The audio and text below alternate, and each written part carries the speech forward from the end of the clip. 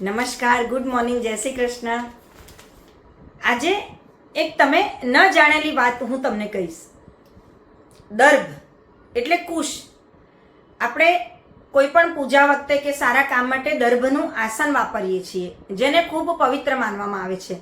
દર્ભ એટલે એક પ્રકારનું ઘાસ, જેને પૂજાના સ્થાન માટે વપરાય છે, આસન માટે વપરાય છે. દર્ભ સૂકા એટલે કુશ. કુશનો બાંધો મળે છે.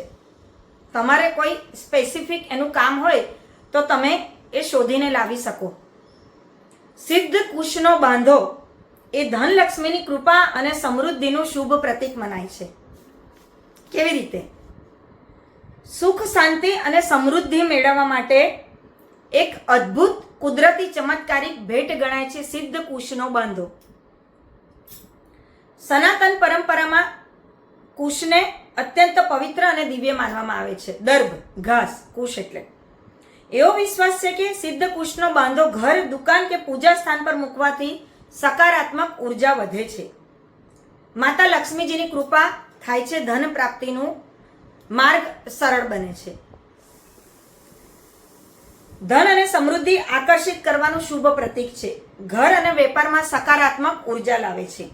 પૂજા પાઠ સાધના માટે પવિત્ર વસ્તુ. વ્યાપાર, કેરિયર અને ઉન્નતિ માટે શુભ ગણાય છે. મનની શાંતિ અને આધ્યાત્મિક ઉર્જાનું પ્રતીક. શ્રદ્ધા અને વિશ્વાસ સાથે તેને મૂકવાથી જીવનમાં સુખ, શાંતિ, ધન વૃદ્ધિ, શુભ ફળ પ્રાપ્ત થાય છે. તો આજે જ સિદ્ધ કુશાના બાંધાથી તમારા ઘરમાં શુભ ઉર્જાનું સ્વાગત કરો. તમે પણ આ બધી પરેશાનીથી,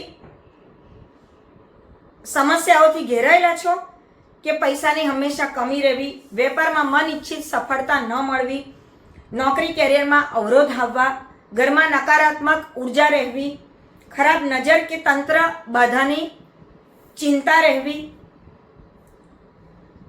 આ બધાના સોલ્યુશન માટે ઉપાય છે કુશનો બાંધો. લોકો કુશનો બાંધો કેમ રાખે? આની પાછળ ખૂબ શ્રદ્ધા રાખીને, સકારાત્મક રહીને આપણે એને લાવીને ઘરમાં રાખવો જોઈએ. પૈસાનો અવરોધ દૂર કરવા, ધન સાથે સંકળાયેલી નડતરને દૂર કરવા માટે, ખરાબ નજરમાંથી બચવા, પારંપરિક માન્યતાઓ અનુસાર કુશનો બાંધો ખરાબ નજર તથા ઘર પરિવારમાં સુખ શાંતિ જાળવી રાખવા માટે મદદરૂપ થાય છે. કુશના બાંધાને વિશેષ કેમ બનાવ્યું છે? દુર્લભ રીતે પ્રાપ્ત થાય છે. એટલે આપણને એવું લાગે કે ઘાસ, દર્ભ તો સરળતાથી મળી જાય છે, એનો બાંધો બાંધી લેવાનો અને મૂકી દેવાનો, પણ એવું નથી.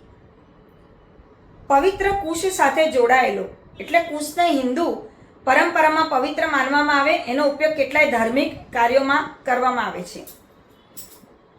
શુભ સ્થાનો પર રાખવામાં આવે અને ઘરના મંદિર, તિજોરી, દુકાન કે કાર્યસ્થળ પર શ્રદ્ધા સાથે રાખવામાં આવે છે. કુદરતી સ્વરૂપ. આ કોઈ મશીન કે કારખાનામાં બનાવેલું ઉત્પાદન નથી, પરંતુ કુદરતી રીતે મળી આવતું સ્વરૂપ છે. 1000 કુશના છોડમાં ફક્ત એક જ કુશ મળે.